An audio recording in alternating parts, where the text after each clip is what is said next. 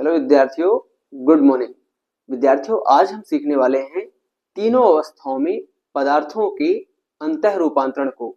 Okay, तो आइए विद्यार्थियों, इस आरेख चित्र की सहायता से इस टर्मिनोलॉजी को हम सीखते हैं।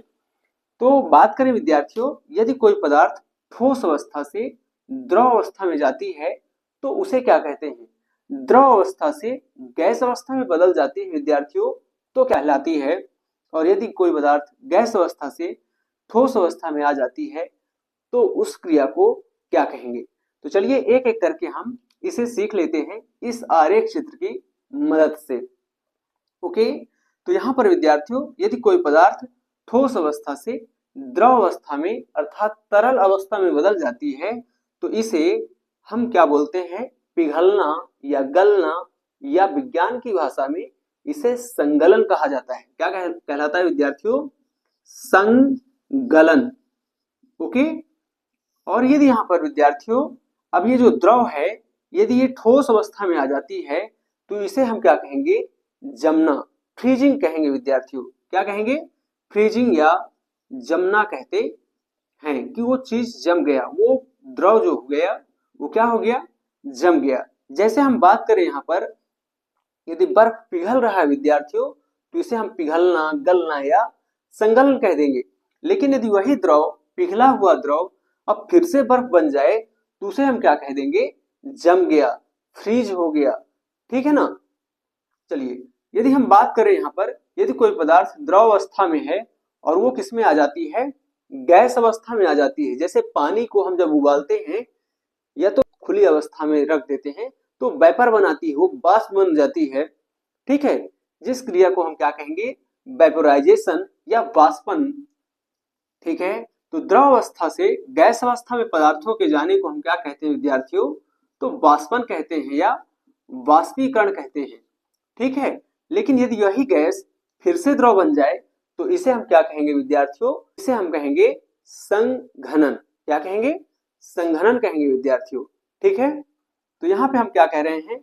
कोई पदार्थ गैसीय अवस्था से पुनः द्रव अवस्था में आ जाती है, तरल अवस्था में आ जाती है तो इसे हम बोलते हैं कंडेंसेशन या संघनन। क्लियर? तो ये बात हमें समझना है कि वाष्पन और संघनन एक दूसरे की विपरीत क्रिया है। ओके, जैसे संगलन और जमना एक दूसरे के विपरीत हैं, इसी तरह वाष्पन और संघनन भी एक दूसरे की विपरीत क्रिया है। यदि हम बात करें यहाँ पर कि ठोस अवस्था से गैस अवस्था में पदार्थ का बदलना क्या है, तो हम इस परिभाषा में एक चीज पढ़ा करते हैं विद्यार्थियों कि जब कोई ठोस सीधे गैस अवस्था में परिवर्तित हो जाती है तो उसे हम क्या बोलते हैं?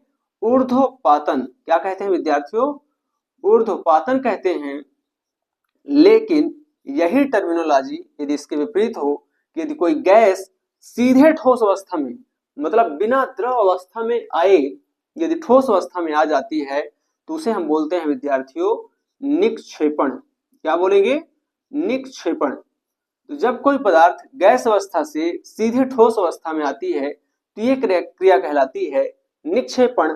और जब कोई ठोस सीधे गैस अवस्था में बिना द्रव अवस्था में परिवर्तित हुए गैस अवस्था में बदल जाती है तो यह क्रिया कहलाती है ऊर्ध्वपातन।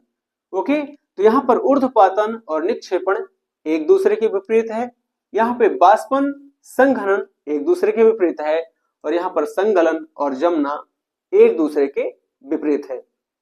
क्लियर? चलिए एक बार समराइज कर देता हूं। ठोस का द्रव अवस्था में जाना संगलन और द्रव अवस्था का ठोस अवस्था में बदल जाना जमना कहलाता है।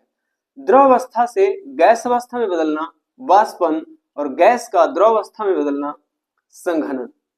ओके, यदि हम बात करें यहाँ पर ठोस का गैस में बदलना ऊर्ध्वपातन और गैस का सीधे ठोस अवस्था में बदलना क्या है? निक्षेपण। ठीक है, चलिए आशा करता हूं विद्यार्थियों आपको ये सारे टर्मिनोलॉजी जरूर समझ में आ गए होंगे। धन्यवाद।